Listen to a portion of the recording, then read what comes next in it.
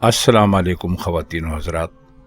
आज हम आपसे उर्दू के एक ऐसे शायर के बारे में बात करेंगे जिनके बारे में लोगों को कम ही इल्म है। वो उर्दू और हिंदी के बड़े मशहूर शायर गुजरे हैं। उनका असल नाम तो सनाउल्लाह डार था और वो कश्मीर से उनके आबा व अजदाद ताल्लुक़ रखते थे। उनके वालिद का नाम शहाबुद्दीन था जो रेलवे में इंजीनियर थे और इस सिलसिले में उनके मुख्तलिफ जगह पर तबादले या ट्रांसफ़र होते रहते थे।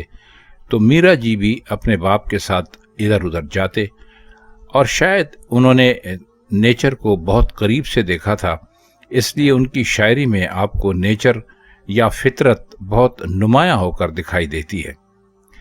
मीरा जी तालीम याफ्ता आदमी थे, लेकिन उन्होंने कोई बहुत आला तालीम हासिल नहीं की थी। मीरा जी तबीयतन एक आवारा गर्द शख्स थे। वो अपने घर से निकलते, उनके पास बेहद मामूली सामान होता और कभी कभी तो कोई सामान नहीं होता था।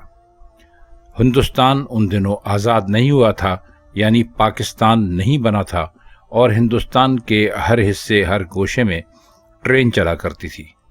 तो मीरा जी लाहौर से निकलते, जहां वो 1912 में पैदा हुए थे, और ट्रेन में बैठ जाते और उसके बाद उनका सफ़र शुरू हो जाता। उनको कुछ पता नहीं होता कि वो कहाँ जा रहे हैं और क्यों जा रहे हैं। बहरहाल ये सिलसिला चलता रहा। जब मीरा जी की शायरी की शोहरत हुई तो उनको मुख्तलिफ रिसालों से या मैगज़ीन वालों ने बुलाया और वो उनमें भी काम करने लगे। उनको फ़िल्मी दुनिया ने भी बुलाया, तो इस सिलसिले में उनका बॉम्बे, जो उस ज़माने में बम्बई कहते थे या बॉम्बे कहते थे, अब तो मुंबई कहते हैं, वहाँ भी उनका आना जाना हो गया। मीरा जी की ज़िंदगी में एक बड़ा खौफनाक मोड़ उस वक्त आया जिस वक्त उनकी ज़िंदगी में मीरा सेन नामी एक बंगाली लड़की आई। मीरा सेन एक बहुत ही खूबसूरत लड़की थी। उसकी तस्वीर भी हमें आपको दे रहे हैं, लेकिन हमने किसी वजह से उसके चेहरे को पूरा दिखाया नहीं है। तो जब मीरा सेन उनकी ज़िंदगी में आई तो उनकी ज़िंदगी का पासा ही मानो पलट गया। मीरा जी इस कदर मुतासिर हुए कि उन्होंने अपना नाम सनाउल्लाह से तब्दील करके मीरा जी रख दिया, मीरा सेन के नाम से, और यूं वो मीरा जी के नाम से मशहूर हुए। लेकिन यहाँ पर दिलचस्प बात यह है कि बहुत दिनों तक ये इश्क एक तरफा रहा, यानी मीरा सेन को मीरा जी के अपने से इतनी मोहब्बत या इश्क के बारे में इल्म ही नहीं हो सका। लेकिन जब उसको इल्म हुआ तो उस वक्त बहुत देर हो चुकी थी, क्योंकि मीरा सेन की शादी कहीं और हो गई थी। इसके बाद से हमारा ये फ़कीर शायर फ़कीरों ही के हुलिये में ढल गया, और यहाँ हमने जो मीरा जी की तस्वीर लगाई हैं उनसे देखकर आपको बखूबी अंदाज़ा हो गया होगा कि उन्होंने कौन सा हुलिया अपना लिया था। मीरा जी इस मानों में यकीनन बहुत ही पक्के और सच्चे आशिक थे। शायर तो वो थे ही। उनका मजमूआ कलाम कई मरतबा छप चुका है और काफ़ी मशहूर है। उनकी मशहूर किताबों में मीरा जी की नज़में, पाबंद नज़में, मीरा जी के गीत, गीत ही गीत और निगार खाना वगैरह शामिल हैं। ये सारी किताबें एक मजमूए की सूरत में भी मौजूद हैं। 1947 में जब पाकिस्तान बन गया तो मीरा जी उस वक्त लाहौर में थे। एक दिन उन्होंने अपनी माँ से कहा कि माँ, मैं मुंबई जा रहा हूँ। तो उनकी माँ ने उनसे कहा, बेटा, हर तरफ आग लगी हुई है, लूट मार है, हिंदू मुसलमानों को, मुसलमान सिखों को, सिख मुसलमानों को, सब एक दूसरे को मार रहे हैं, तुम इस वक्त कहाँ जाओगे। लेकिन मीरा जी के जहन में जो बात एक मर्तबा आ जाती थी वो फिर उससे पीछे नहीं हटते थे। चुनाचे वो अपनी माँ से रुखसत लेकर लाहौर से निकल पड़े और ट्रेन में बैठ गए। वो बॉम्बे जाना चाहते थे, जहाँ वो पहुँच तो गए।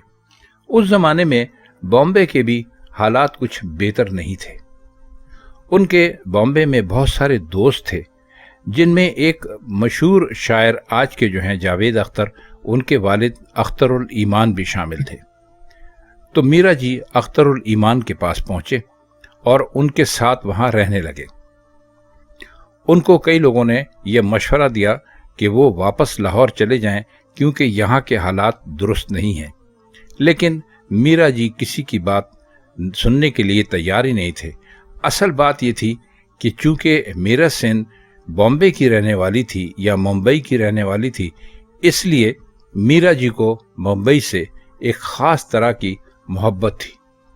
وہ ان راستوں پہ چلا کرتے، ان باغوں میں جایا کرتے جہاں ان کو میرا سین ملا کرتی تھی، اور میرا سین اور وہ جنہوں نے کہ بہت ہی کم بلکہ نہ ہونے کے مطابق کم وقت ایک ساتھ گزارا تھا، لیکن بہرحال میرا جی کے دل میں میرا سین کی محبت گھر کرتی چلی گئی تھی، اور وہ اس کے بہت ہی سچے اور پکے عاشق تھے۔ اب ہم یہ تو نہیں کہہ سکتے کہ میرا جی میرا سین سے شادی بھی کرنا چاہتے تھے یا نہیں، کیونکہ وہ شادی بیاہ والے یا ایک خاندان چلانے والے شخص تھے تو نہیں۔ وہ طبیعتاً ایک آوارہ گرد آدمی تھے جن کی زندگی میں شاعری ہی سب کچھ تھی۔ وہ اس زمانے کے ہندوستان میں بہت جانے مانے انسان تھے۔ وہ شراب بہت پیا کرتے تھے، اور خاص طور پر کچی شراب، کیونکہ ان کے پاس اعلیٰ ولایتی شراب پینے کے لیے پیسے نہیں ہوتے تھے۔ اب وہ اختر علیمان کے ساتھ 4 بنگلہ کے علاقے میں ایک گھر میں رہنے لگے، اور وہاں پر ان کی طبیعت یہ کچی شراب پینے کی وجہ سے خراب ہونے لگی۔ آہستہ آہستہ نوبت یہاں تک آئی کہ ان کو معدے سے خون آنے لگا۔ ان کے بمبئی میں موجود دوست چاہتے تھے کہ وہ واپس لاہور چلے جائیں، کیونکہ ان کی زندگی کی اب بہت زیادہ امید نہیں رہ گئی تھی۔ بہرحال ان کے دوستوں نے ان کو ہسپتال میں داخل کروا دیا، جہاں ان کی طبیعت کچھ عرصے کے لیے سنبھل جاتی تھی، لیکن وہ ہمیشہ چٹخارے دار کھانا کھانا پسند کرتے تھے، اور وارڈ میں موجود دوسرے مریضوں سے لے کر کھانا کھا لیا کرتے تھے۔ ان کے اوپر بہت سختی کی گئی۔ اختر علیمان لکھتے ہیں کہ میں نے بڑی کوشش کی کہ میرا جی کسی طرح پرہیز کی طرف آ جائیں، لیکن میرا جی اس پر تیار نہیں ہوتے تھے۔ اختر علیمان کہتے ہیں کہ میں ہر شام ان کو ہسپتال دیکھنے کے لیے جایا کرتا تھا۔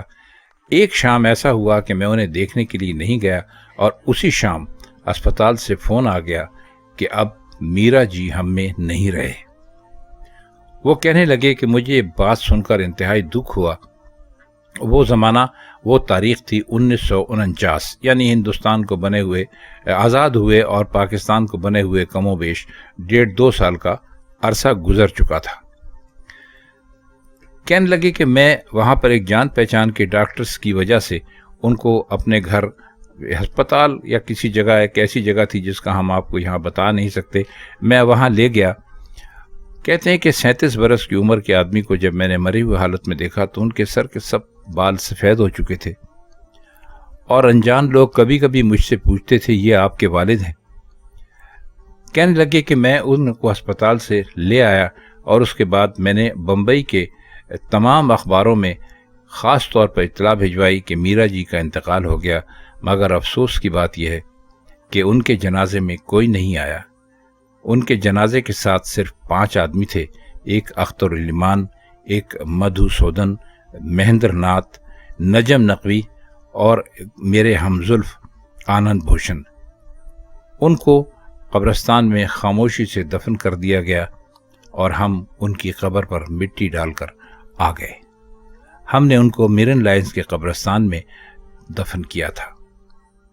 تو خواتین و حضرات، یہ میرا جی کے بارے میں چند موٹی موٹی باتیں تھیں جو ہم آپ کو اس لیے بتانا چاہتے تھے کہ آپ کو علم ہو سکے کہ اردو اور ہندی کے ایک جانے مانے شاعر اور جانے مانے کوی اپنی زندگی کیسے گزار کر، کہاں سے چل کر، کہاں جا کر دفن ہوئے۔ اگر آپ میرا جی کا کلام پڑھنا چاہتے ہیں تو یہ بازار میں آپ کو بہت آسانی سے مل بھی سکتا ہے۔ تو میرا جی کے بارے میں یہ چند باتیں آپ کی خدمت میں عرض کرنی تھی۔ آج کے لیے بس اتنا ہی۔ اب ہم چاہتے ہیں آپ سے اجازت۔ خدا حافظ۔